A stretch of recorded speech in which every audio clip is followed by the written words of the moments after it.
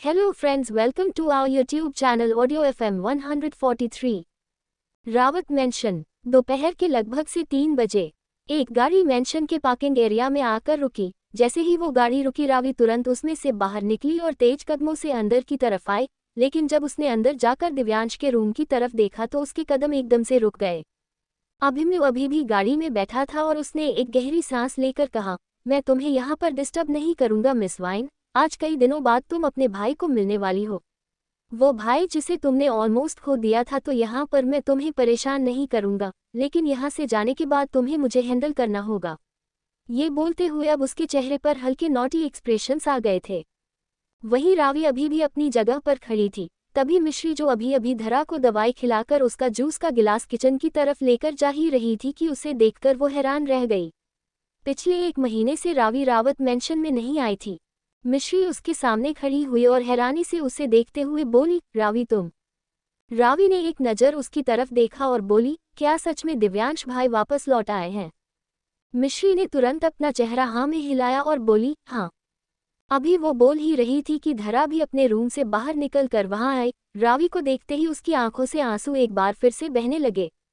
पिछले 1 महीने से वो सिर्फ दिव्यांश के लिए नहीं तड़प रही थी, बल्कि रावी के लिए भी तड़प रही थी। उसने रावी को कितनी बार कॉल भी किया था, व्योम को भी कहा कि वो रावी को घर वापस ले आए, लेकिन हर बार व्योम यही कहता था कि रावी खुद को संभाल सकती है, उसे जब रावत मेंशन आना होगा तो वो आ जाएगी। और आज वो दिन था जहां फाइनली उसके दोनों बच्चे उसके घर वापस आ चुके थे। वो तुरंत आगे की तरफ आई। वही रावी ने भी उसकी तरफ देखा, उसकी धड़कनें जैसे रुकने लगी थी। वो भागते हुए उसके पास आए और जाकर उसके सीने से लग गई। वो इमोशनल होना नहीं चाहती थी, लेकिन फिलहाल उसकी आंखों से आंसू रुक नहीं रहे थे। धरा ने उसकी पीठ पर अपना हाथ रखा और बोली, जैसे मैं दिव्यांश को अब यहाँ से कहीं नहीं जाने दूंगी, वैसे तुम्हें भी नहीं जाने दूंगी। कोई जरूरत नहीं तुम्हें उस अभिमन्यु खुराना के पास रहने की। उसकी दुश्मनी तुम्हारे डैड से है ना, तो वो उसे अपने आप देख लेंगे। तुम्हें इन सब चीजों में आने की कोई जरूरत नहीं है। रावी उससे अलग हुई और उसकी तरफ देखते हुए बोली, नहीं मॉम, मैं वापस खुराना मेंशन जरूर जाऊंगी। मैं यहाँ पर बस दिव्यांश भाई से मिलने के लिए आई हूँ। एक बार उनसे मिल लूँ, उसके बाद मैं वापस अभिमन्यु के साथ ही खुराना मेंशन जाऊंगी। धरा हैरानी से बोली, वो यहाँ पर आया है? रावी ने अपना चेहरा हाँ में हिलाया। धरा गुस्से से बोली, उसे तो मैं नहीं छोड़ूंगी। मुझे बताओ वो कहाँ है? जरूर वो बाहर होगा, मैं अभी जाकर उसे बताती हूँ कि उसकी हिम्मत कैसे हुई मेरी बेटी को धोखा देने की। ये बोलते हुए वो सच में बाहर की तरफ जा रही थी। तभी रावी ने उसका हाथ पकड़कर उसे रोका और बोली, आपको मेरी कसम मॉम, अगर आपने कुछ भी अभिमन्यु से कहा तो। धरा हैरानी से उसकी तरफ देखने लगी। रावी एक बार फिर से बोली, ये मेरा और अभिमन्यु का पर्सनल मैटर है मॉम, प्लीज आप इससे बाहर रहिए। धरा चौंकते हुए बोली, ये तुम बोल रही हो रावी, जो अभी 1 महीने तक अपनी ड्रेस भी मुझसे सिलेक्ट करवाती थी, अब तुम एक इंसान के साथ रह रही हो और तुम कहती हो कि मैं तुम्हारे मैटर में इंटरफेयर ना करूं। रावी बिना किसी खास एक्सप्रेशंस के बोली, येस मॉम, ये मैं ही कह रही हूँ। आपकी वो बेटी जो अपनी ड्रेस भी आपसे सिलेक्ट करवाती थी, वो अब किसी की बीवी बन चुकी है। और आपने एक बार मुझे समझाया था कि शादी के बाद आप भी बहुत बदल गई थी। शादी के बाद की जिम्मेदारियों ने आपको पूरा चेंज कर दिया था, तो ये समझ लीजिए कि मेरी शादी ने मुझे भी चेंज कर दिया है। अब मैं अपने पर्सनल मैटर सिर्फ अपने तक रखना चाहती हूँ। मेरे और अभिमन्यु के बीच जो भी है वो मैं खुद हैंडल कर लूँगी। आप इसमें नहीं आ सकते, आपको मेरी कसम। और अगर फिर भी आप नहीं मानी तो आज तो मैं यहाँ पर आई हूँ, आइंदा मैं कभी यहाँ पर आऊँगी भी नहीं। उसकी बात सुनकर धरा ने कुछ नहीं कहा, वो अपने कदम पीछे ले चुकी थी। रावी की आंखों में नमी थी। उसने कभी सोचा भी नहीं था कि वो धरा से इस तरह से बात करेगी, लेकिन फिलहाल उसके पास और कोई ऑप्शन नहीं था, क्योंकि वो सच में धरा को अपने और अभिमन्यु के मैटर में इन्वॉल्व नहीं करना चाहती थी। ध्रुवांश और दिव्यांश की वजह से ऑलरेडी धरा बहुत ज्यादा परेशान थी। ये बात रावी से छुपी नहीं थी।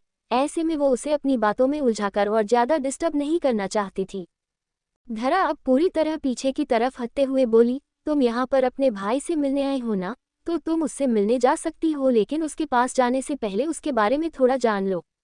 फिलहाल वो थोड़ा डिस्टर्ब है। उसके साथ एक लड़की है जिसका नाम सोना है। वो पिछले कुछ वक्त से सोना के साथ ही था। 1 महीने पहले दिव्यांश के सिर पर चोट लगी थी, जिसका असर अभी तक है। तो तुम उससे मिल तो बेशक से लो, लेकिन उसके पास मत जाना, क्योंकि दिव्यांश थोड़ा अग्रेसिव बिहेव करता है। अगर उसने तुम्हें हर्ट किया तो तुम्हें तकलीफ होगी। उसकी बात सुनकर रावी हल्का सा मुस्कुराए और बोली, मेरा भाई सही सलामत है, मेरे लिए इतना ही काफ़ी है। रही बात उनसे मिलने की तो मैं संभाल कर ही उनसे मिलूंगी। बस उन्हें अच्छे से अपनी आंखों के सामने देख लूं, इतना काफ़ी होगा मेरे लिए। ये बोलकर अब वो तुरंत सीढ़ियां चढ़ते हुए ऊपर की तरफ आ गई। वहीं ऊपर दिव्यांश बेड पर बैठा था और सोना उसके सामने थी। वो उसे अपने हाथों से खाना खिला रही थी। एक बार फिर से उसने दिव्यांश के लिए आलू के पराठे बनाए थे, क्योंकि यही एक चीज़ थी जो दिव्यांश काफ़ी खुश होकर खाता था, वरना फिलहाल तो वो अपना पसंदीदा खाना भी ढंग से नहीं खा रहा था। वही रावी ऊपर दिव्यांश के रूम के पास पहुंची तो उसकी नज़र चेरी पर गई, जो पिछले ना जाने कितने घंटे से यूं ही दरवाजे पर खड़ी थी। सोना ने भी उसे बहुत बार देखा था, लेकिन उसने चेरी से कुछ कहा नहीं और अब रावी की आंखों में चेरी को देखते हुए नमी थी। चेरी रावी की तरफ देखते हुए बोली, कैसी हो तुम रावी? रावी ने एक नज़र अंदर की तरफ देखा जहां सोना दिव्यांश को खाना खिला रही थी। उन दोनों को देखकर चेरी को कितनी तकलीफ हो रही होगी ये वो बहुत अच्छी तरह से समझ सकती थी। वो चेरी की तरफ देखते हुए बोली, मैं तो ठीक हूँ, लेकिन तुम्हारे लिए मुझे बुरा लग रहा है, पर देखना दिव्यांश भाई बहुत जल्दी ठीक हो जाएंगी। तुम दोनों एक बार फिर से साथ होंगे। मुझे नहीं पता तुम्हारी कोई गलती है या नहीं, लेकिन इतना जानती हूँ कि भाई प्यार बहुत करते हैं तुमसे और उनकी खुशियाँ तुमसे ही है। आई होप वो जल्दी ही सब कुछ भूलकर तुम्हारे साथ मूव ऑन करें। उसकी बात सुनते हुए चेरी की आंखों में भी नमी तैर गई थी और अब रावी अंदर की तरफ आए। अंदर जाकर जब वो दिव्यांश और सोना के सामने खड़ी हुई तो सोना हैरानी से उसकी तरफ देखने लगी, लेकिन उसने नीचे रावी की पिक्चर देखी थी तो इतना तो उसे समझ में आ गया था कि रावी का इस घर से कोई स्ट्रांग कनेक्शन ही है, शायद वो दिव्यांश की बहन है। सोना ने इशारे से सवाल किया तो रावी ने भी अपनी पलकें झपकाकर इशारे से ही जवाब दिया। अब सोना ने तुरंत दिव्यांश की तरफ देखा और बोली, ये यहाँ की न्यू डॉक्टर है दिव्यांश, तुम्हारा चेकअप करने के लिए आई है। हम खाना 2 मिनट बाद कंटिन्यू करेंगे, पहले तुम इनसे चेकअप करवा लो। उसकी बात पर रावी मुस्कुराए और आगे की तरफ आ गई। उसने दिव्यांश के गाल पर अपना हाथ रखा और बोली, आप कैसे हो? दिव्यांश बिल्कुल नॉर्मल होकर बोला, मैं तो ठीक हूँ, लेकिन आप मेरा छोड़कर इनका ट्रीटमेंट कीजिए। इनको लगता है कि मैं बीमार हूँ, मेरी तबीयत ठीक नहीं है। मैं 2 पराठे खा चुका हूँ, लेकिन फिर भी ये मुझे और खिलाने में लगी हुई है और सारा दिन ना जाने कैसी कैसी दवाएं देती रहती है। इन्हें बताए ना कि मैं ठीक हूँ, बल्कि इनका खुद का दिमाग खराब हो रहा है मेरे बारे में इतना सोच सोच कर। इन्हें कहो कि अब ये अपना ख्याल रखें, मैं बिग बॉय हूँ, मैं अपना ख्याल रख सकता हूँ। उसकी बातें सुनते हुए रावी का दिल धक सा रह गया था। उसने कभी नहीं सोचा था कि वो दिव्यांश के मुंह से ये सारी बातें सुनेगी। सोना दिव्यांश की तरफ देखते हुए बोली, जब तुम पूरी तरह से ठीक हो जाओगे ना, मैं खुद ब खुद ठीक हो जाऊंगी, और वैसे भी ऐसा वैसा कुछ नहीं हुआ है मुझे जैसा तुम बता रहे हो। दिव्यांश छत से बोला, आप झूठ बोलती हो। आज सुबह ही मैंने देखा था कि आपने अपने सिर पर अपना हाथ रखा हुआ था और आपको चक्कर आ रहे थे, आपकी आंखों से आंसू भी बह रहे थे। उसकी बात सुनकर सोना हैरान रह गई, क्योंकि सच में दिव्यांश झूठ नहीं बोल रहा था। आज सुबह उसे चक्कर आ रहे थे, लेकिन ये चक्कर उसे जिस वजह से आ रहे थे उस वजह को सोना बखूबी जानती थी, पर उसे नहीं पता था कि दिव्यांश ये सब कुछ नोटिस करता होगा। उन दोनों को देखकर रावी हल्का सा मुस्कुराए और बोली, अगर आप दोनों एक दूसरे का ख्याल रखोगे तो दोनों ही पूरी तरह से ठीक हो जाओगे। और आप भाई, आई मीन मिस्टर रावत, आपके लिए तो मैं एक स्पेशल नर्स भी लेकर आई हूँ। वो आपका और भी ज़्यादा अच्छे से ख्याल रखेगी और आपके साथ खेलेगी भी। आपके हाथ में ये डॉल देखकर लग रहा है कि आपको डॉल के साथ खेलना बहुत पसंद है, और आपको पता है जो नर्स मैं आपके लिए लेकर आई हूँ उसे भी डॉल के साथ खेलना बहुत पसंद है। उसके पास तो डॉल के लिए बहुत सुंदर सुंदर कपड़े भी हैं। अगर आप उस नर्स को अपने पास रखेंगे तो आप जल्दी ही ठीक भी हो जाएंगे और आपको मज़ा भी बहुत आएगा। उसकी बातें सुनते हुए सोना और चेरी दोनों हैरान हो रही थी, भला रावी के पास वो नर्स कहाँ से आई। सोना ने तो यूं ही रावी को डॉक्टर कहकर दिव्यांश से इंट्रोड्यूस करवाया था ताकि दिव्यांश गुस्सा ना हो, लेकिन अब वो खुद कंफ्यूज हो रही थी। वही दिव्यांश खुश होते हुए बोला, सच में तुम्हारे पास ऐसी नर्स है जो मेरे और मेरी डॉल के साथ खेलेगी? पर खबरदार अगर उसने मेरी डॉल को मुझसे छीनने की कोशिश की। रावी तुरंत बोली, नहीं ऐसा कुछ नहीं होगा। वो नर्स बहुत समझदार है और बहुत अच्छी भी है, मैं अभी उसे बुलाती हूँ। ये बोलकर उसने तुरंत बाहर की तरफ देखा और बोली, चेरी दी। चेरी की आंखें बड़ी हो गई। रावत मेंशन। जैसे ही रावी ने उसे आवाज लगाई, चेरी की आंखें बड़ी हो गई, पर उसके चेहरे पर मुस्कुराहट भी तैर गई। अब उसे रावी की बातों का मतलब समझ में आया और वही सोना के चेहरे पर भी मुस्कुराहट थी। जो चीज़ वो नहीं कर पाए वो रावी ने कर दी थी। वो भी चाहती थी कि चेरी दिव्यांश के पास आए ताकि वो समझ सके कि उन दोनों का रिश्ता कैसा है, लेकिन दिव्यांश के गुस्से को देखकर वो कुछ कर नहीं पा रही थी। चेरी धीमे धीमे कदमों से अंदर की तरफ आए और आकर दिव्यांश और सोना के सामने खड़ी हो गई। रावी ने उसके कंधे पर अपना हाथ रखा और बोली, इसका नाम चेरी है। ये बहुत अच्छी नर्स है, पेशेंट को दवाइयाँ तो देती है लेकिन साथ में बहुत सारा एंटरटेनमेंट भी देती है और इनके पास आपकी डॉल के लिए बहुत अच्छे अच्छे कपड़े भी हैं। वो सारे ये आपको जल्दी ही लाकर दे देगी, आप इसके साथ खेलेंगे ना मिस्टर रावत। ये बोलते हुए वो दिव्यांश की तरफ देख रही थी। दिव्यांश ने चेरी को देखकर मुंह बनाया और बोला, लेकिन ये मुझे पसंद नहीं। उसकी ये लाइन सुनते ही जैसे चेरी का दिल बुरी तरह से टूट गया। जो इंसान उसे पागलों की तरह प्यार करता था आज उसके सामने उसे बोल रहा था कि वो उसे पसंद भी नहीं करता।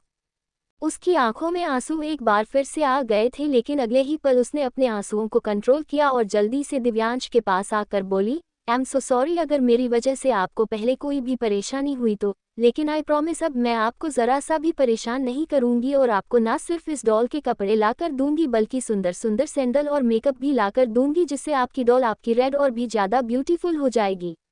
क्या आपको ये सब नहीं चाहिए? दिव्यांश ने अब सोना की तरफ देखा, जैसे उससे परमिशन मांग रहा हो। सोना उसकी इस बात पर हैरान रह गई क्योंकि आज तक कभी दिव्यांश ने इस तरह से रिएक्ट नहीं किया था। उसने मुस्कुराते हुए अपना चेहरा हाँ में हिला दिया तो दिव्यांश चेरी की तरफ देखते हुए बोला, ठीक है मेरी सोना ने परमिशन दे दी है तो अब आप मेरी डॉल के साथ और मेरे साथ खेल सकती हैं। उसकी बात पर सोना का दिल जोरों से धड़क उठा था। उसके मुंह से मेरी सोना सुनकर उसे कैसा फील हो रहा था वो बता नहीं सकती थी, लेकिन इस बात पर चेरी का चेहरा मायूस हो गया था। पर अगले ही पल वो मुस्कुराए और रावी की तरफ देखते हुए बोली, थैंक यू डॉक्टर। रावी तुरंत बोली, मैंने तुम्हें पेशेंट की नस तो बना दिया है, लेकिन ख्याल रहे कि तुम्हें सिर्फ पेशेंट के साथ खेलना नहीं है बल्कि उसे पूरी तरह से ठीक भी करना है। मुझे जल्द से जल्द ये पेशेंट पूरी तरह से ठीक चाहिए, सुनाई दे रहा है ना तुम्हें? चेरी ने अपना चेहरा हाँ में हिलाया। वो इस वक्त काफ़ी खुश नजर आ रही थी। कितने घंटे से वो दिव्यांश को बस बाहर दरवाजे पर खड़ी होकर देख रही थी, लेकिन उसके अंदर हिम्मत नहीं हो रही थी अंदर आने की, ये सोच सोचकर कि कहीं दिव्यांश को गुस्सा ना आ जाए। और आखिरकार वो दिव्यांश के पास आ ही गई थी। रावी अब मुस्कुराते हुए वहां से चली गई। चेरी सोना की तरफ देखते हुए बोली, थैंक यू। सोना ने कुछ नहीं कहा, बस हल्का सा मुस्कुराए और दिव्यांश की तरफ देखते हुए बोली, ये सारे आलू के पराठे तो ठंडे हो गए दिव्यांश।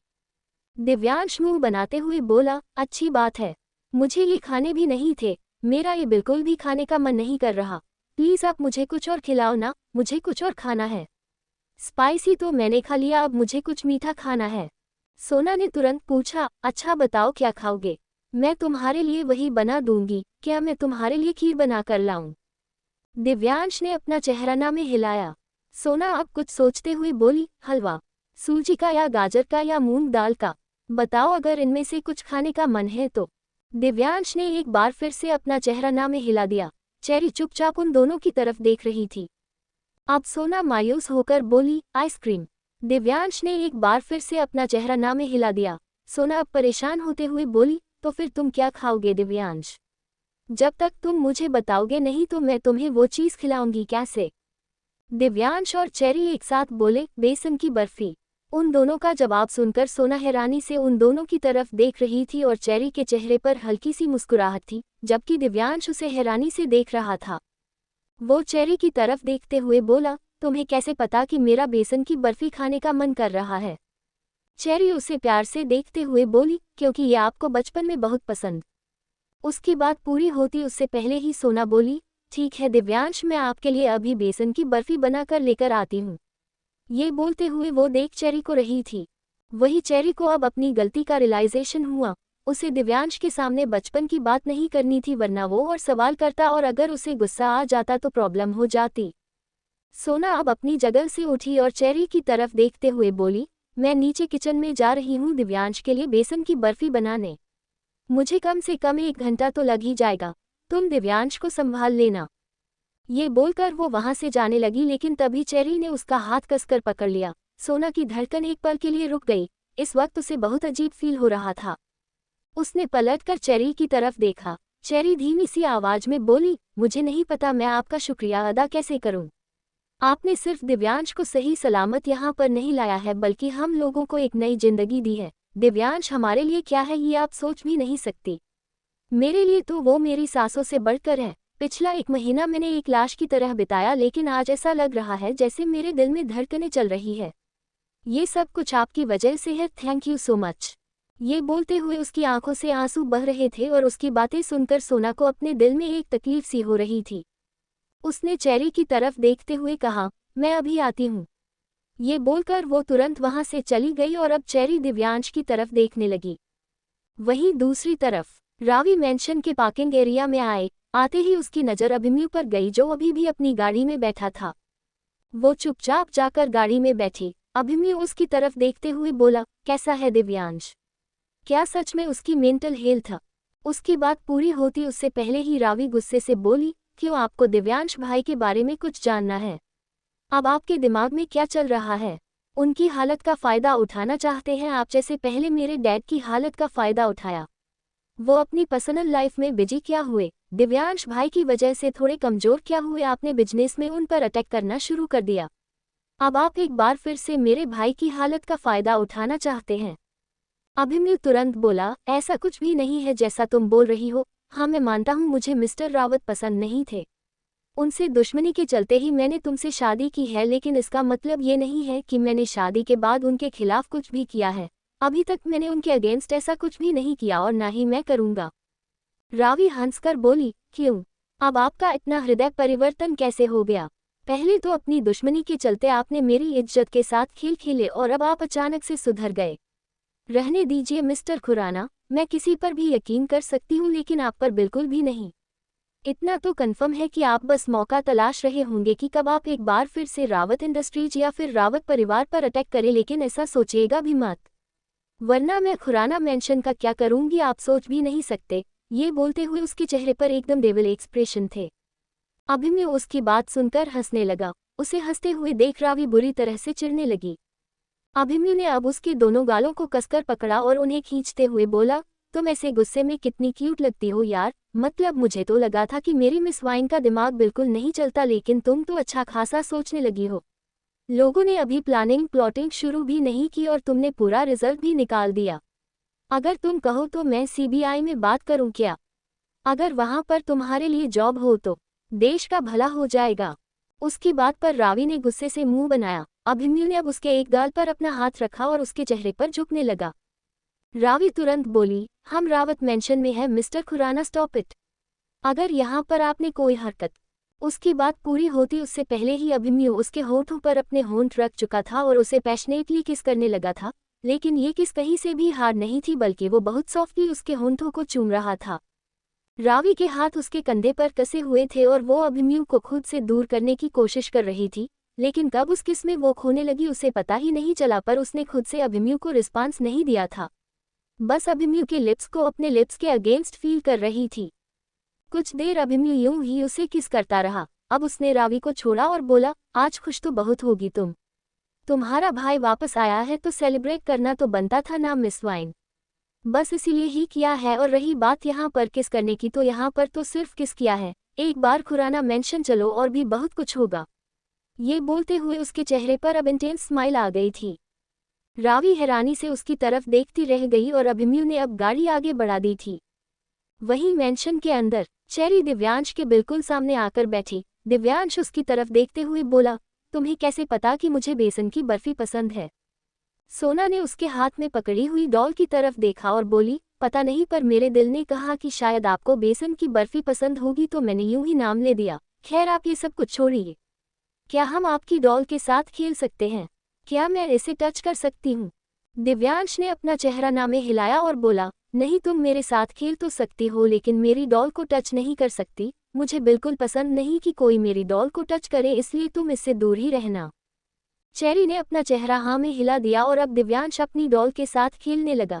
चेरी बस उसकी तरफ देखकर हंस रही थी, मुस्कुरा रही थी। बातें तो वो दिव्यांश से बहुत करना चाहती थी, लेकिन फिलहाल तो वो उसे देखने में बिजी थी। उसकी नज़रें दिव्यांश से हटने का नाम ही नहीं ले रही थी और फिर कुछ देर बाद दिव्यांश उबासी लेते हुए बोला, अब मैं थक गया। सोना तो पता नहीं कब आएंगी। मुझे अब नींद आ रही है, मैं सो जाता हूँ। ये बोलकर वो तकिए पर सर रखकर बिस्तर पर लेट गया। चेरी चुपचाप उसकी तरफ देख रही थी और जब उसे रियलाइज हुआ कि दिव्यांश गहरी नींद में जा चुका है तो वो उसके और भी ज्यादा करीब आए। उसने दिव्यांश के सिर पर अपना हाथ रखा और उसके बालों को बड़े ही प्यार से सहलाने लगी। पूरे 1 महीने बाद उसने दिव्यांश को टच किया था। उसकी आंखों से आंसू खुद ब खुद बह रहे थे और वो सारे आंसू दिव्यांश के चेहरे पर भी गिर रहे थे। चेरी हल्का सा नीचे की तरफ झुकी और बोली, I am so sorry Divyansh, ये सब कुछ मेरी वजह से हुआ। अगर मैं आपको छोड़कर नहीं जाती तो आपका एक्सीडेंट नहीं होता, और अगर एक्सीडेंट नहीं होता तो आप इस हालत में नहीं आते। मुझे क्या पता था कि आप मुझसे झूठ बोल रहे हैं, पर आपने क्यों किया ऐसा दिव्यांश? आप सीधा सीधा मुझसे सवाल करते कि मेरे लिए सबसे इम्पोर्टेंट कौन है, तो मेरा जवाब आप ही होते। पर उस वक्त मैं इतनी ज़्यादा इमोशनल ब्रेकडाउन हो गई थी कि मुझे कुछ समझ ही नहीं आया।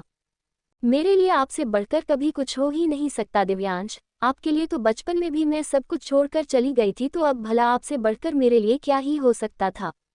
लेकिन पता नहीं क्यों प्रेगनेंसी के बारे में सोच सोचकर मैं इमोशनल हो रही थी और फिर मेरे एक गलत डिसीजन ने सब कुछ खराब कर दिया। I am so sorry Divyansh, please मुझे माफ़ कर दीजिए। जल्दी से आप ठीक हो जाए। आपको यूँ देखकर मुझे बिल्कुल अच्छा नहीं लग रहा। मुझे मेरा दिव्यांश चाहिए जो मुझसे प्यार करता था, जो मेरे लिए पजेसिव था, ना कि इस डॉल के लिए, जो मुझसे प्यार भी डोमिनेशन के साथ करता था और मैं उसकी हर बात पर अंदर तक से हट जाती थी। उसके आगे मुझे और कुछ दिखाई ही नहीं देता था। मेरी सांसों पर भी उसका हक था। मुझे मेरा दिव्यांश वापस चाहिए। एवोकाडो, प्लीज़ जल्दी से ठीक हो जाए। ये बोलकर वो अब पूरी तरह से उसके चेहरे पर झुकी और उसने बड़े ही प्यार से उसके चेहरे को चूमना शुरू कर दिया। दरवाजे पर खड़ी सोना ये सब कुछ देख रही थी। अब कहीं जाकर उसे राहत मिली। चेरी की बातें सुनकर उसे इतना तो कन्फर्म हो गया था कि सिर्फ दिव्यांश ही नहीं, चेरी भी उससे बहुत प्यार करती है। हालांकि ये बात तो उसके आंसुओं ने भी साबित कर दी थी, लेकिन अब उसके मुंह से ये सारी बातें सुनकर उसे अच्छा भी लग रहा था और दिल में एक टीसी भी उठ रही थी। चेरी को उसे किस करते हुए देख अब उसने अपना चेहरा दूसरी तरफ घुमा लिया था, लेकिन किस करने की आवाज़ अभी भी उसे सुनाई दे रही थी। अब वो सीढ़ियाँ उतरते हुए नीचे की तरफ आई। सामने ही उसे मिश्री नजर आई। वो तुरंत मिश्री को देखते हुए बोली, क्या ये आप ऊपर दिव्यांश के रूम में दे देंगी? वो एक्चुअली मुझे थोड़ी देर रेस्ट करना है, इसलिए आप मुझे बता दीजिए कि मेरा रूम कौन सा है। मैं अब थोड़ी देर बाद ही दिव्यांश के पास जाऊंगी। मिश्री ने अपना चेहरा हाँ में हिलाया। उसने सोना से वो बेसन की बर्फी ली और फिर उसे एक सर्वेंट को दे दिया ताकि वो ऊपर रूम में ले जाए और खुद सोना को लेकर गेस्ट रूम में आ गई। वही चेरी अभी दिव्यांश के चेहरे को प्यार करने में लगी थी और तभी अचानक से दिव्यांश ने अपनी आंखों को खोला और उस वक्त चेरी के होंठ दिव्यांश के होठों पर थे। चेरी दिव्यांश को किस कर रही थी। वो कभी उसके गालों को चूम रही थी तो कभी उसके माथे को, कभी उसके नाक को, तो कभी उसकी ठोड़ी को, और अब उसने दिव्यांश के होठों पर अपने होंठ रखे हुए थे। तभी अचानक से दिव्यांश ने अपनी आंखें खोल दी। अगले ही पल चेरी की आंखें बड़ी हो गई। दिव्यांश के चेहरे पर गुस्सा झलकने लगा था। वो तुरंत पीछे की तरफ सरक गया और चेरी भी जल्दी से ऊपर की तरफ उठ गई। वो दिव्यांश की तरफ देखते हुए बोली, I am so sorry Divyansh, actually वो मैं तुम्हें किस नहीं कर रही थी बल्कि तुम्हारे होठों पर कुछ लगा हुआ था, बस उसे साफ कर रही थी। दिव्यांश गुस्से से बोला, नहीं तुम मुझे किस ही कर रही थी? तुम्हारी हिम्मत भी कैसे हुई मुझे किस करने की? मुझे किस करने का हक सिर्फ मेरी रेड के पास है, मेरी डॉल के पास है। तुमने मुझे किस कैसे किया? मुझे अभी तुम्हारी इस हरकत के बारे में सोना को बताना होगा। ये बोलकर उसने दरवाजे की तरफ देखा और फिर जोरों से चिल्लाया, सोना सोना। उसका चिल्लाना सुनकर सोना, जो मिश्री के साथ गेस्ट रूम में आ चुकी थी, वो तुरंत अब दिव्यांश के रूम की तरफ भागी।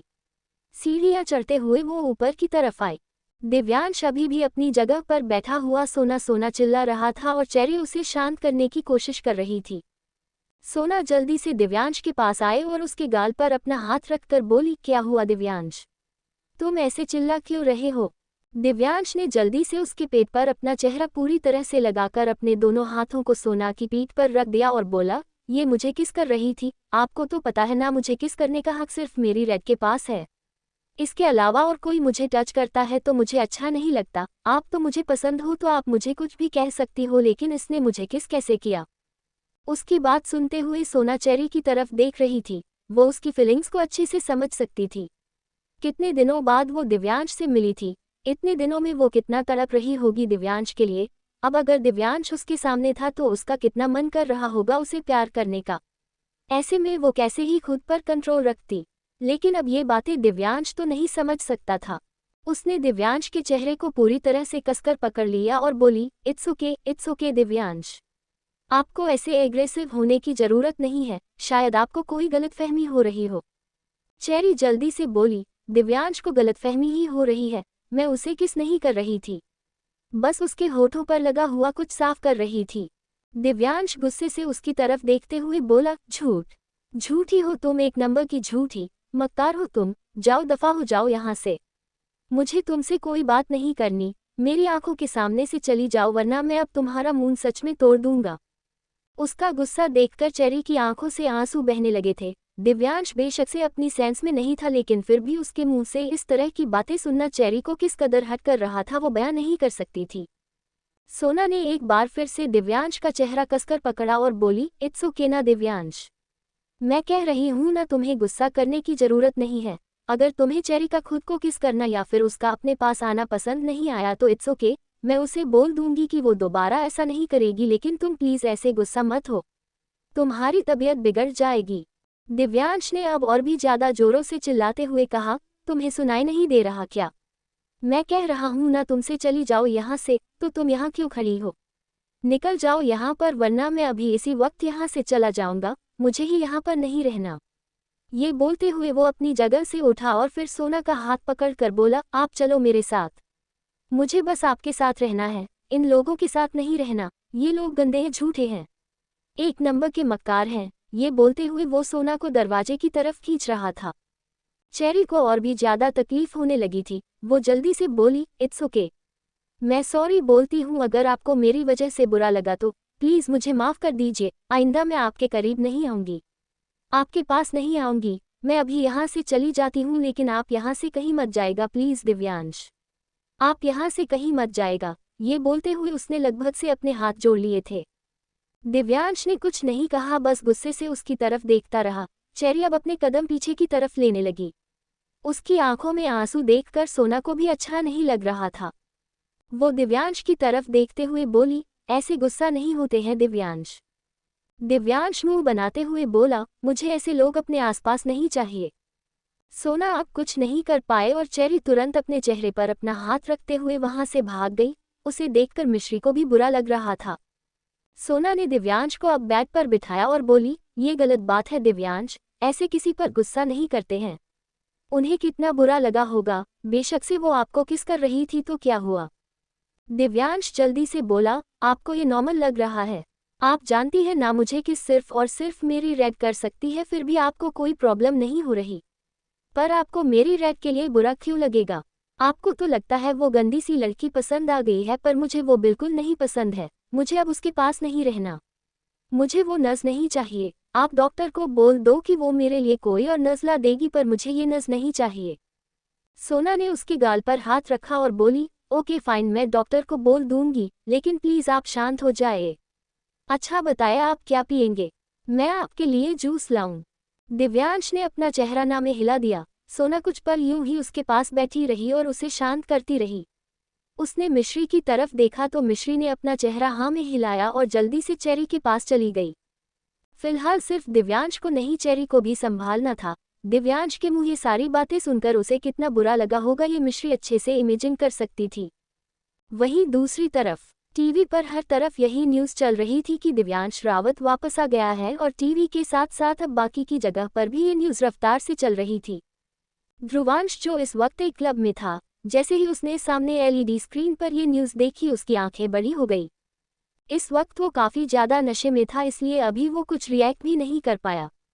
तभी एक लड़का उसके पास आया और उसके कंधे पर अपना हाथ रखकर बोला, तुम यहाँ बैठे हो, वहाँ तुम्हारे भाई की न्यूज़ ने पूरे शहर में तहलका मचाया हुआ है और तुम यहाँ पर बैठकर ड्रिंक कर रहे हो। क्या बात है, तुम्हें अपने भाई की फिक्र नहीं है, या फिर भाई की वजह से इतना ज़्यादा खुश हो गए हो कि अकेले ही सेलिब्रेट कर रहे हो, या फिर तुम्हें उसके आने से तकलीफ हो रही है? I mean, अब वो वापस आ गया है तो प्रॉपर्टी में उसका भी हिस्सा होगा, तो कहीं तुम्हें बुरा तो नहीं लग रहा? उस लड़के की बात सुनकर ध्रुवांश ने तुरंत उसका गिरेबान पकड़ लिया और बोला, शुक्र मना कि ये वक्त अच्छा है, मैं अपने भाई की वजह से खुश हूँ इसीलिए तुझे जिंदा छोड़ रहा हूँ, वरना तेरा वो हाल करता कि तू तो क्या तेरा पूरा खानदान याद रखता। ये बोलकर उसने एक झटके से उस लड़के को छोड़ा और फिर काउंटर पर रखा हुआ वाइन का गिलास उसके चेहरे पर उड़ेलकर वहां से चला गया। वो लड़का बस ध्रुवांश की तरफ देखता रह गया। ध्रुवांश अब अपनी गाड़ी में आकर बैठा और रावत मैंशन के लिए निकल गया। अब उसे समझ में आया कि मिश्री उसे कॉल क्यों कर रही थी और उसने गुस्से में पता नहीं क्या ही हरकत कर दी। इस वक्त वो काफी ज्यादा नशे में था। गाड़ी चलाते हुए भी उसकी गाड़ी कभी इधर हो रही थी तो कभी उधर, और फिर अचानक ही उसने पूरी तरह से कंट्रोल खो दिया और उसकी गाड़ी सीधा एक पेड़ से जा टकराए। उसकी पलकें झपक रही थी। वो अब अपनी गाड़ी से बाहर निकला और अगले ही पल उसने जोर से अपना पैर अपनी गाड़ी पर मारा और बोला, मुझे अभी इस वक्त घर जाना है। ये बोलते हुए अभी उसने अपना हाथ दोबारा अपनी गाड़ी पर मारा ही था कि एक गाड़ी उसके पास आकर रुकी। वो उस गाड़ी की तरफ देखने लगा। ध्रुवंश ने गुस्से में अपना हाथ दोबारा अपनी गाड़ी पर मारा ही था कि एक गाड़ी उसके पास आकर रुकी। वो उस गाड़ी की तरफ देखने लगा। उसमें से एक लड़की बाहर निकली जिसका नाम नैना था। नैना ध्रुवांश की तरफ देखते हुए बोली, ध्रुवांश तुम यहाँ? ध्रुवांश ने एक गहरी सांस ली और बोला, मैं तो यहाँ पर हूँ, तुम बताओ तुम यहाँ पर क्या कर रही हो? नैना उसके पास आए और बोली, कुछ नहीं, 2-3 दिन पहले ही इंडिया वापस लौटी हूँ। तुम्हें कॉल किया लेकिन तुम्हारा पुराना नंबर लग ही नहीं रहा था और अब तुम यहाँ पर दिखे तो मैंने गाड़ी रोक दी। सब कुछ ठीक तो है ना? तुम्हारे भाई के बारे में पता चला मुझे, अब कैसे हैं वो? ध्रुवांश अब उसके करीब बढ़ने लगा। जैसे ही वो उसके पास आया वो सीधा उसके ऊपर गिरा। नैना ने जल्दी से खुद को संभाला। वो खुद पीछे गाड़ी से लग गई थी और ध्रुवांश उसके ऊपर गिरा हुआ था। नैना ने उसके गाल पर अपना हाथ रखा। उसे ध्रुवांश की गहरी सांस महसूस हो रही थी। उसके चेहरे के एक्सप्रेशंस बदल रहे थे। ध्रुवांश नशे की हालत में लड़खड़ाती हुई जुबान से बोला, मुझे घर जाना है। नैना ने उसे पूरी तरह से संभाला और बोली, ओके फाइन, मैं तुम्हें घर ले चलती हूँ। शायद तुम्हारी गाड़ी तो अब घर जाने की हालत में है, नहीं तो इसका कल देखेंगे क्या करना है। फिलहाल तुम मेरे साथ चलो। ये बोलकर उसने ध्रुवांश को गाड़ी में बिठाया और उसे लेकर रावत मैंशन के लिए निकल गई। वहीं दूसरी तरफ मिश्री को घर जाने में देरी हो रही थी। वो ऑलरेडी 2 घंटे देरी से घर जा रही थी। अब वो तेज कदमों से बाहर आकर पार्किंग एरिया में खड़ी गाड़ी की तरफ बढ़ने लगी। तभी वहां एक गाड़ी आकर रुकी। मिश्री हैरानी से उस गाड़ी की तरफ देखने लगी जहां ध्रुवांश नैना के कंधे पर गिरा हुआ था। नैना ने ध्रुवांश को अच्छे से बिठाया और फिर खुद तुरंत गाड़ी से बाहर निकली। वो जल्दी से दूसरी तरफ आए और उसने अब ध्रुवांश को बाहर आने में हेल्प की। ध्रुवांश बाहर की तरफ आया लेकिन अभी भी वो लड़खड़ा रहा था। नैना ने उसकी कमर पर अपना हाथ रखा हुआ था और उसकी बाजू को पूरा अपने ऊपर लपेटा हुआ था। मिश्री ये सब कुछ देख रही थी और उसके होंठों पर व्यंग भरी मुस्कुराहट थी। ध्रुवांश को मिश्री की फिक्र नहीं थी, ये तो वो बहुत अच्छी तरह से जानती थी, लेकिन कम से कम उसे दिव्यांश के बारे में तो सोचना चाहिए था।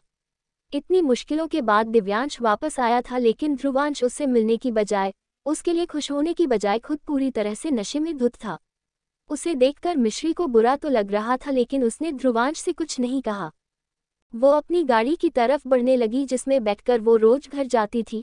तभी नैना उसे रोकते हुए बोली, एक्सक्यूज मी। उसके रोकने पर मिश्री के कदम रुक गए और अब ध्रुवांश की नजरें उसकी तरफ उठी। उसे देखकर वो हल्का सा मुस्कुराया और बोला, स्वीटी पाई।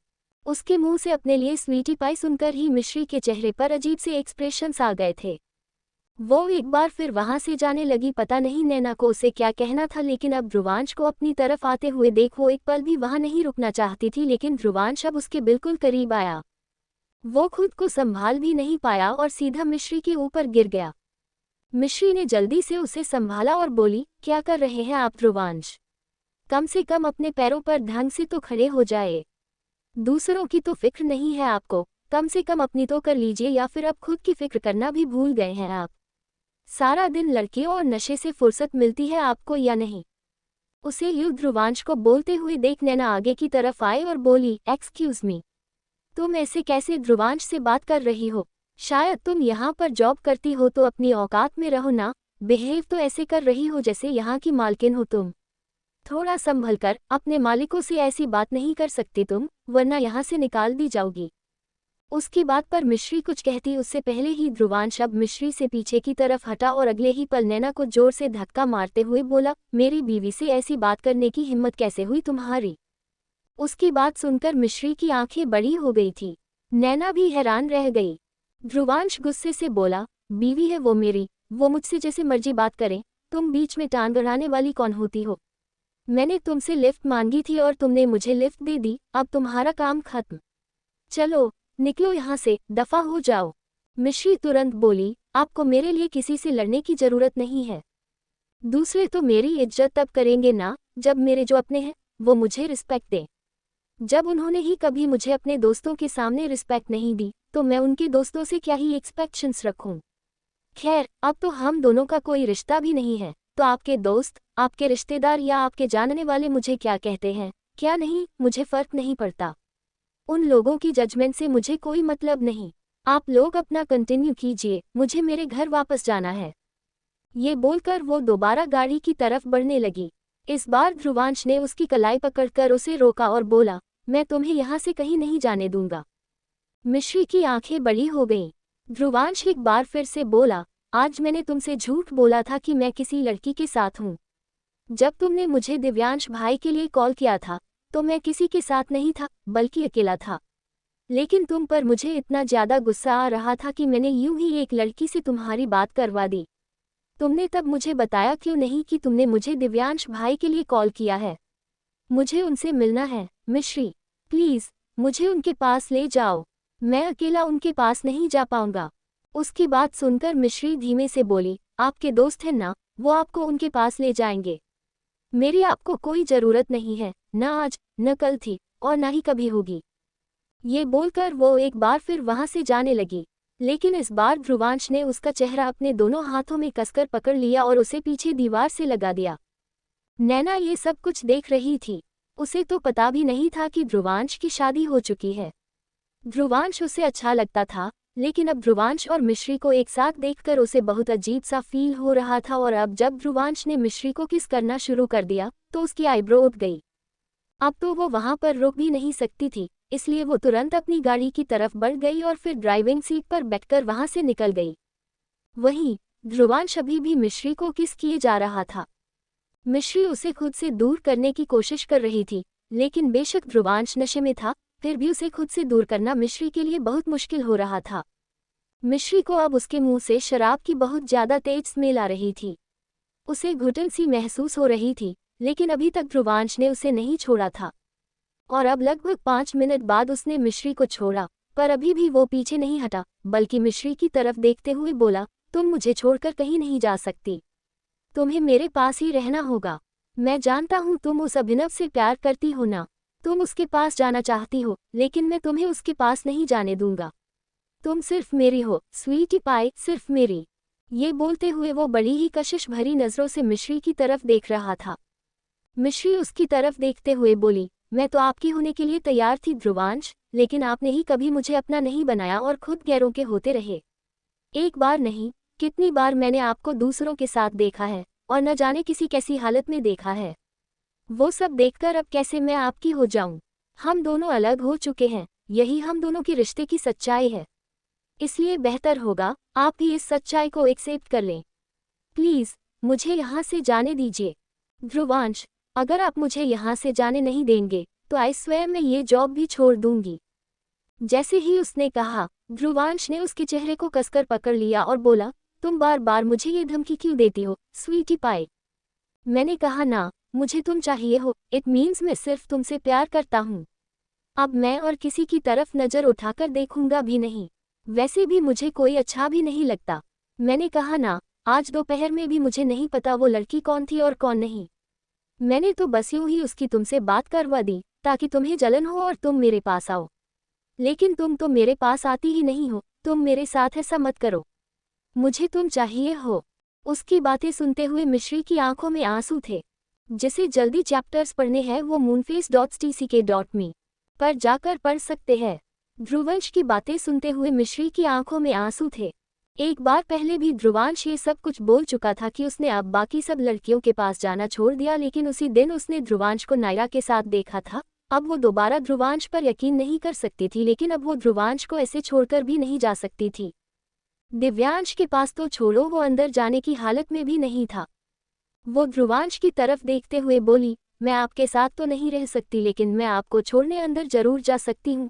प्लीज आप अंदर चलिए ध्रुवांश, मैं आपको अंदर छोड़ आती हूँ।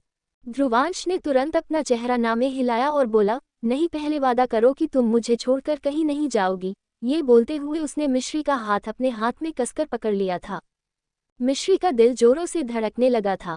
वो ध्रुवांश से ऐसा कोई वादा नहीं कर सकती थी। ध्रुवांश उसकी तरफ देखते हुए बोला, वादा करो ना स्वीटी पाई। मिश्री ने कुछ कहा नहीं, बस उसके हाथ पर अपनी भी पकड़ कस दी। ध्रुवांश ने अब उसके हाथ को चूमना शुरू कर दिया। मिश्री चुपचाप उसकी तरफ देख रही थी। वो अब ध्रुवांश को लेकर अंदर की तरफ बढ़ने लगी। ध्रुवांश ने अपना हाथ उसके कंधे पर रखा हुआ था और मिश्री ने उसे कमर से संभाला हुआ था। वो अंदर आकर उसे दिव्यांश के पास नहीं बल्कि सीधा उसके रूम में ले गई। उसने उसे बिस्तर पर लिटाया और फिर खुद उससे दूर होने लगी, लेकिन ध्रुवांश ने उसे कसकर अपनी बाहों में पकड़ लिया और उसके चेहरे को हसरत भरी निगाहों से देखने लगा। नशे में होने की वजह से उसकी आंखें काफी लाल थी। मिश्री जल्दी से बोली, छोड़िए मुझे ध्रुवांश, मुझे नीचे जाना है। अभी वो बोल ही रही थी कि ध्रुवांश ने करवट लेते हुए उसे नीचे बिस्तर पर लिटाया और खुद उसके ऊपर झुककर उसे बेहताशा चूमना शुरू कर दिया। मिश्री हैरान रह गई। अब तो उसे पछतावा हो रहा था कि वो यहाँ पर ध्रुवांश को छोड़ने भी क्यों आई। ध्रुवांश लगातार उसे किस किए जा रहा था और अब उसके होठों को छोड़कर वो उसकी गर्दन पर झुक चुका था। वो उसकी गर्दन पर किस करते हुए ही उसके कंधों के पास आया और फिर उसकी ड्रेस को हटाकर उसके कंधों को बहुत ही सेडिक्टिवली किस करने लगा। मिश्री ने अपने हाथ बेडशीट पर कसे हुए थे। वो ध्रुवांश को खुद से दूर करना चाहती थी लेकिन कर नहीं पा रही थी और अब तो वो कोई कोशिश भी नहीं कर रही थी। ना जाने उसे क्या फील हो रहा था और फिर अचानक से दरवाजा नॉक हुआ। मिश्री ने तुरंत ध्रुवांश को पीछे की तरफ धकेला।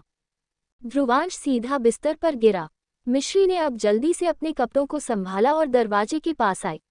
उसने दरवाजा खोला तो सामने सर्वेंट खड़ी थी। वो मिश्री की तरफ देखते हुए बोली, वो धरा मैडम आपके बारे में पूछ रही थी तो मैंने बता दिया कि अभी आप घर पर ही है। वो आपको अपने रूम में बुला रही है, आप एक बार उनसे बात कर लीजिए। मिश्री ने अपना चेहरा हाँ में हिलाया और बोली, ठीक है, आप चलिए, मैं आती हूँ। उसकी बात सुनकर वो सर्वेंट वहां से चली गई और मिश्री ने अब पलटकर ध्रुवांश की तरफ देखा, जो गहरी सांसें ले रहा था। वो उसके पास आई। उसने उसे गौर से देखा तो उसे रियलाइज हुआ कि ध्रुवांश गहरी नींद में जा चुका है। आज उसने सच में बहुत ज्यादा ड्रिंक की हुई थी।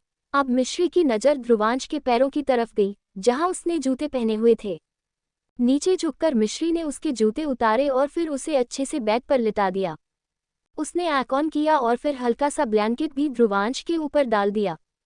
वो उसकी तरफ देखते हुए बोली, काश आप सच में सुधर पाते ध्रुवांश, लेकिन आप कभी गैरों को छोड़ नहीं पाएंगे और मैं आपकी कभी अपनी हो नहीं पाऊंगी। हम दोनों शायद मिले ही इसलिए थे ताकि कभी एक हो ही ना पाए। ये बोलते हुए उसकी आंखों से आंसू बह गए थे। अब वो जल्दी से रूम से बाहर निकली और सीधा धरा के रूम में आ गई।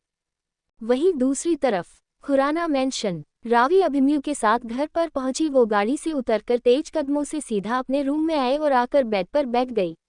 इस वक्त उसे काफी एग्जॉस्टिंग सा फील हो रहा था। वो अभिमन्यु के साथ अब कभी बाहर नहीं जाती थी और अब भी पूरे रास्ते अभिमन्यु ने उसका हाथ नहीं छोड़ा।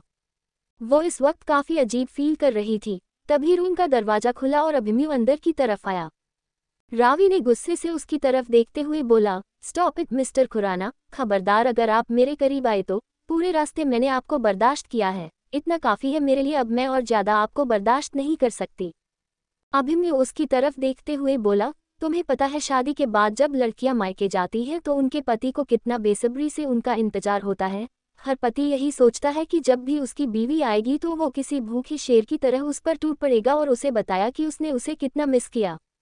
रावी गुस्से से बोली, पहली बात तो मैं आपकी बीवी ही नहीं हूँ, दूसरी बात मैं अपने मायके नहीं गई थी, मैं बस उनसे कुछ देर के लिए मिलने गई थी और आप मेरे साथ ही गए थे, तो आपका मुझे मिस करने का तो कोई सवाल ही नहीं बनता। इसलिए ये फालतू की दलीलें मत दीजिए और चुपचाप यहाँ से चले जाए। मैं आपको सच में अब एक पल के लिए भी अपनी आंखों के सामने।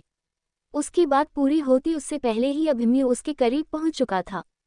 उसने रावी की कमर पर अपना हाथ रखा और उसे बहुत इंटेंस नज़रों से देखते हुए बोला, मिस वाइन, अब तक मैं तुम्हारा ये गुस्सा, तुम्हारे नखरे बर्दाश्त कर रहा था, लेकिन लगता है तुम शायद भूल गई हो कि मैं कौन हूँ।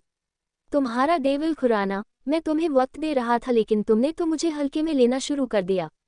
लगता है तुम्हें बताना पड़ेगा कि तुम्हारा डेविल खुराना चीज़ क्या है। उसकी बात सुनते हुए रावी की आईब्रो ऊपर की तरफ उठ गई थी और अब अभिमन्यु ने उसे बिस्तर पर धकेल दिया। रावी हैरानी से उसकी तरफ देख रही थी और अब अभिमन्यु ने अपनी शर्ट के बटन खोलने शुरू किए और फिर रावी के ऊपर झुकने लगा। रावी तुरंत वहां से साइड हटने लगी, लेकिन अभिमन्यु ने उसकी पीठ पर अपना हाथ रखकर उसे रोक दिया और अब रावी की पीठ उसके सामने थी। अगले ही पल उसने उसकी ड्रेस पर पीछे से अपना हाथ रखा और उसे पूरी तरह से फाड़ दिया, जिससे अब रावी की पूरी पीठ अभिमन्यु के सामने रिवील होने लगी। खुराना मेंशन। रावी ने जैसे ही बिस्तर से उठने की कोशिश की, अभिमन्यु ने उसे पीछे से पकड़ने के लिए उसके कपड़ों पर अपना हाथ रख दिया। रावी जैसी ही आगे की तरफ हुई, अगले ही पल उसके कपड़ों के फटने की आवाज आई। रावी की आंखें बड़ी हो गई। उसने तुरंत अभिमन्यु से अपने कपड़ों को छुड़ाया और फिर पलटकर उसकी तरफ देखने लगी। उसकी आंखों में इस वक्त बेहिसाब गुस्सा नजर आ रहा था। वही अभिमन्यु का चेहरा एकदम एक्सप्रेशनलेस था। रावी गुस्से से बोली, आ गए ना आप अपनी हरकतों पर। मेरे साथ जबरदस्ती करना, मुझे डोमिनेट करना, यही सब तो करना आता है आपको। पिछले 1 महीने से ना जाने कैसे आपने खुद को कंट्रोल किया हुआ था, लेकिन अब शायद आप खुद पर कंट्रोल नहीं कर पा रहे हैं, इसलिए फिर से मेरे साथ जबरदस्ती करना शुरू कर चुके हैं। उसकी बात पर अब अभिमन्यु ने सच में अपना कंट्रोल खो दिया। अगले ही पल उसने रावी की कलाई पकड़कर उसे अपनी तरफ खींचा और बोला, क्या जबरदस्ती? हाँ, क्या जबरदस्ती की है मैंने तुम्हारे साथ? पिछले 1 महीने से मैंने तुम्हें बिल्कुल भी परेशान नहीं किया, हाथ भी नहीं लगाया तुम्हें, सिर्फ ये सोचकर कि तुम इस वक्त काफी डिस्टर्ब हो। एक तो मैंने तुम्हें चीट किया और ऊपर से दिव्यांश भी मिसिंग था और ध्रुवांश, उसके बारे में तो मैं कहूँ ही क्या। रावी गुस्से से बोली, खबरदार अगर आपने मेरे भाइयों के बारे में कुछ कहा तो। अभिमन्यु भी झट से बोला, मैं उनके बारे में कुछ नहीं कह रहा हूँ, मैं बस हम दोनों की बात कर रहा हूँ। आज तक मैंने तुम्हें कुछ नहीं कहा। हाँ, मैं मानता हूँ शादी के अगले दिन मैंने तुम्हारे साथ जबरदस्ती की थी, लेकिन उसके बाद से मैंने कभी तुम्हारे साथ कुछ भी गलत नहीं किया।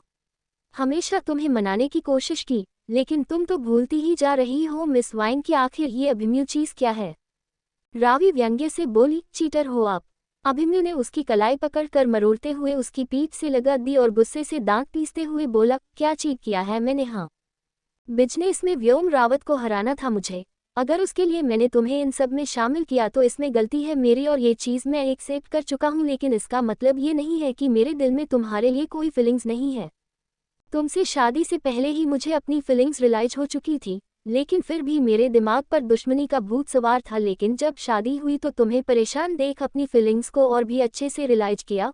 उस वक्त मैंने सब कुछ छोड़ दिया था। भाड़ में गया बिजनेस, भाड़ में गया सब कुछ। मुझे सिर्फ तुम चाहिए थी और इसीलिए मैंने खुद को कंट्रोल में रखा था, लेकिन अब मैं तुम्हें बताता हूँ कि तुमने मुझे कितना परेशान कर रखा है। सीरियसली आज तक मैंने कभी इतना लॉस्ट फील नहीं किया जितना मैंने तुम्हारे लिए खुद को किया है। किसी भी चीज़ ने मुझे इतना डिस्टर्ब नहीं किया जितना तुमने किया है, और अभी भी तुम कहती हो कि मैं तुम्हारे साथ जबरदस्ती करता हूँ। अब मैं सच में तुम्हारे साथ जबरदस्ती करूँगा और मैं देखता हूँ कि मुझे कौन रोकता है। ये बोलकर उसने वापस रावी को बिस्तर पर लेटाया और अगले ही पल उस पर झुक गया। रावी गुस्से से बोली, खबरदार अगर आपने मुझे किस किया तो। अभिमन्यु तुरंत बोला, करूँगा। ये बोलकर अब वो बिल्कुल उसके चेहरे के करीब आया। रावी की आंखों में आंसू आना शुरू हो गए थे। सिर्फ एक चीज़ जो वो अभिमन्यु की तरफ से बिल्कुल नहीं चाहती थी वो जबरदस्ती ही थी, और जैसे ही अभिमन्यु ने उसकी आंखों में देखा वो भी एकदम से रुक गया।